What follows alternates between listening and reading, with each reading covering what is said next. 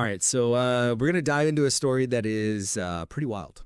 Imagine a 7-story building packed with people, but they're not working regular jobs. Every floor, hundreds of people running a scam operation. And this isn't some fictional thriller. This was reality in Lagos, Nigeria. Authorities recently busted a huge crypto romance scheme. We're going to break down what happened and what it tells us about this dark side of the digital age. So on December 10th, 2024, the Nigerian Economic and Financial Crimes Commission, they call it the EFCC, raided this place called Big Leaf Building 1. And get this, they found 792 suspects, all involved in this crypto romance scam.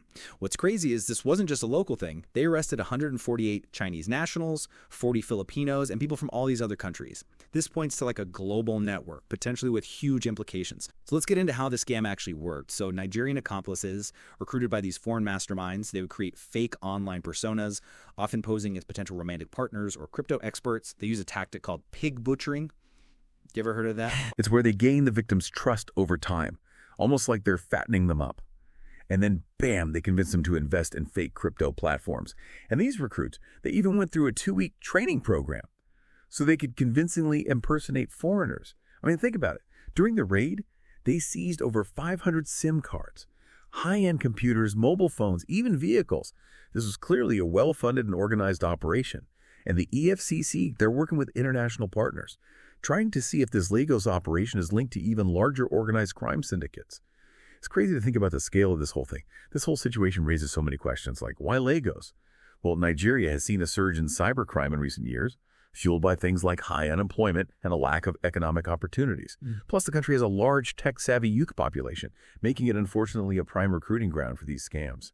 And why romance scams? Well, they exploit basic human needs, the desire for connection, love, and belonging.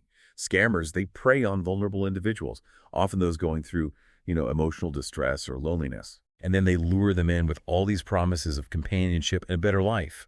And the crypto angle, well, it provides a layer of anonymity, makes it harder to trace the money.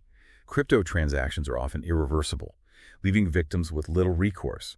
So in this case, it really highlights how cybercriminals are leveraging these new technologies, and they're exploiting people on a global scale. This raid in Lagos, it really highlights how cybercrime can transcend borders.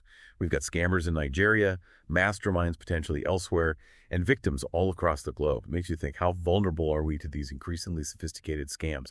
What can we do to protect ourselves and our loved ones in this digital landscape? That's something worth pondering as we navigate the online world.